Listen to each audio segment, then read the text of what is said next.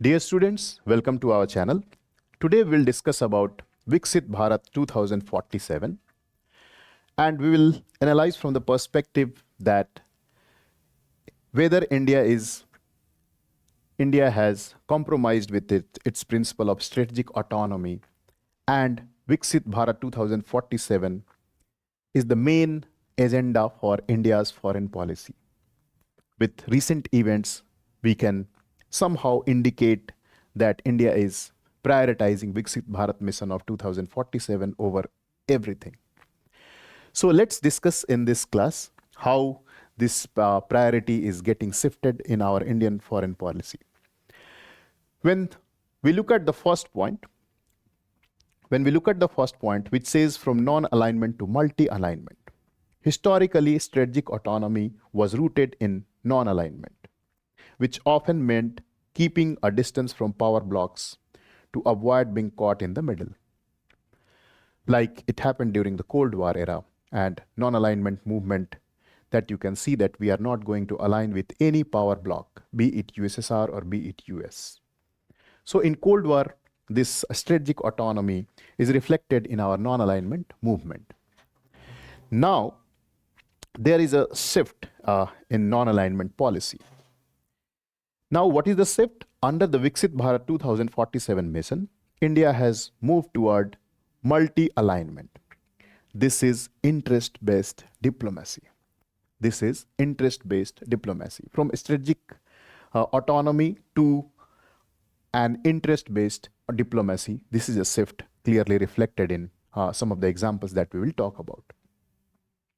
The key pattern that if you want to see in this shift, India now simultaneously engages in the Quad, where we have alignment with US, Japan, Australia, while maintaining the membership in BRICS and the SCO with Russia and China. Simultaneously, India is a member of Quad as well as BRICS, where two rival countries are there, two different groupings are there, and India is a member of both the groupings, BRICS as well as SCO. The goal is no longer just staying out of the trouble. But being present at every table where global rules are written. India wants to be present on every table where global norms are being set. It is often said that if you are not on the table, you will be on the menu card. So India wants to be on the table and not on the menu. This is a shift in our interest, and the most important interest that you can see is economic diplomacy that we will see.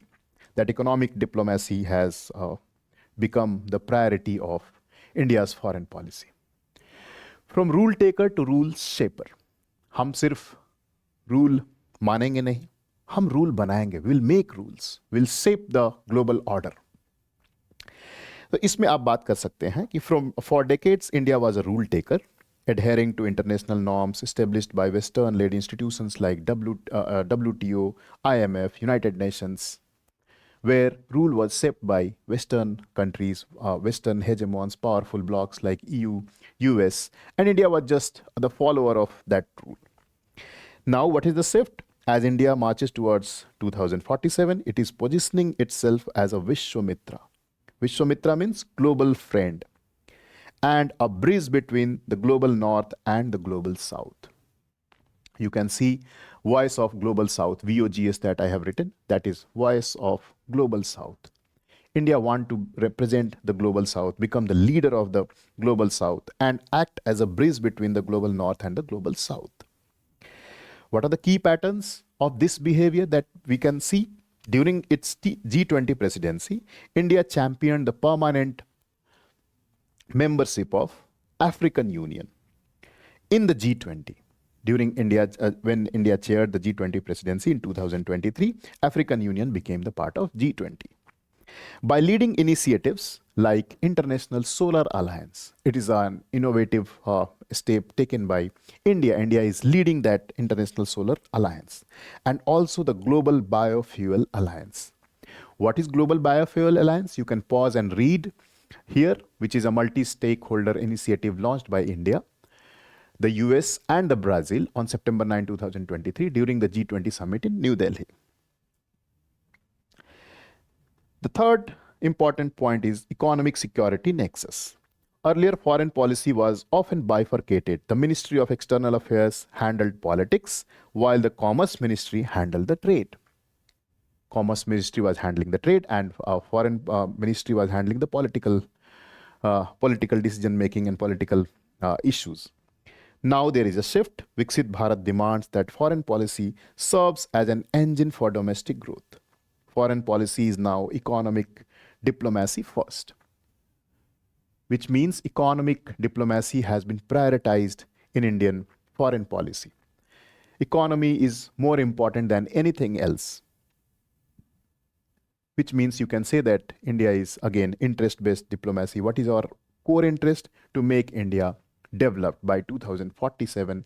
And economic development can happen only if we open our market, liberalize our market, like it has happened in case of Japan, China, that Asian tigers, South Korea. They all opened up, liberalized their market, export-led growth, which India has somehow lacked even after 1991 liberalization. Now, what are the key patterns of this kind of economic security nexus? The focus has shifted to critical mineral partnership. Now, India is focusing on critical mineral partnership.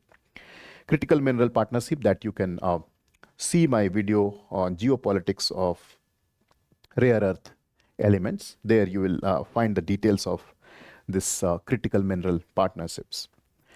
Semiconductor mission, and semiconductors are very much essential for our all electronics equipments, be it for mobile phone, be it television, be it satellite communication, defense, technology. Everywhere you can find these critical minerals, and semiconductors are very, very important. So India is focusing and prioritizing on that. Free trade agreements. Recently, you have seen a lot of free trade agreements have been signed by India in bilateral terms. In that, you can see in detail, like India and EU entering into mother of all free trade agreements and father of all free trade agreements with US, it is as it is called, with UAE, UK, Australia, Canada is in pipeline, where India is going to sign a bilateral treaty with Canada. Very soon you will see in this year itself. So a lots of free trade agreement, bilateral agreement, India has entered into with many countries. And that is all indicating that India is focusing, prioritizing economic development over anything else. Everything else, India is focusing on economic development.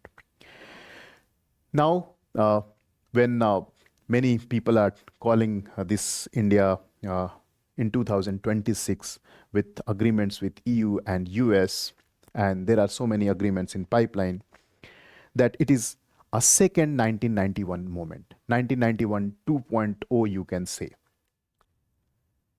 which means we have liberalized, but still liberalized our economy, but still that task is not finished. That unfinished agenda is going to be fulfilled in this current timelines, and in few years you will see a lot of deregulation happening in Indian economy. So next we will see what is the pattern. Neighborhood First 2.0. Neighborhood First policy, Gujarat doctrine, it was beginning, you can say, but now it is focusing on connectivity over ideology. You can have ideological mismatch, that is not prioritized. What is priority? Economic engagement, development of physical and digital connectivity. Strategic autonomy in the past is the past and often struggled with big brother perception. Big brother perception in the South Asia. India was considered a big brother. The shift is that now we are focusing on connectivity projects, economic engagement, the expansion of UPI, Unified Payment Interface, to neighboring countries like Sri Lanka, and extended neighbors like UAE, Mauritius, along with IMEC, India, Middle East, Europe, economic corridor, shows that India is using the digital and infrastructure prowess to bind its neighbors to its own economic success. So economic economic engagement, economic diplomacy is again shaping our neighborhood foreign policy. Neighborhood policy is again shaped by economic diplomacy. The fifth point is hard realism and vishwas. Vishwas, that is trust. There is a visible shift toward a more unapologetic pursuit of national interest, often referred to as S. Jaisankar's style of diplomacy. This hard realism is often the epithet for S. Jaisankar's style of diplomacy. It is used, that hard realism. What is the shift? While India remains a peaceful power, it no longer hesitates to take firm stands on issues like purchase of Russian oil during the Ukraine crisis and border issues with China. So credibility is the new currency. India is a credible force, trusted partner. India is presenting itself as a reliable and trusted partner in global supply chains in China plus one strategy that world is looking for, contrasting its stable democratic governance with unpredictability of other regimes. So India is presenting itself as a alternative to China, that don't remain dependent on China. We are opening our market for manufacturing, for semiconductors, for rare earth, everything. We are giving global economy an opportunity to connect with India, be a reliable, India is ensuring that it will be a reliable partner.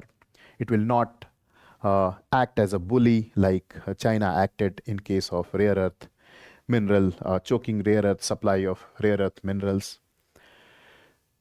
And during COVID time, supply chain got entirely disrupted because of Chinese policy. That's why entire world is looking for alternative to China, and India is presenting itself as alternative to China. So that is fifth point. Now these 5 points we can conclude. After this revisiting these 5 points, we can conclude that it is no longer about just surviving the global order, but actively re-engineering it to suit an India that aims to be a $30 trillion economy. That is our aim for Viksit Bharat 2047, that we will become a $30 trillion economy. So this all shift is due to Viksit Bharat Mission 2047. I leave today's class with this beautiful thought. You can read. We will meet again. Thank you. Thank you very much.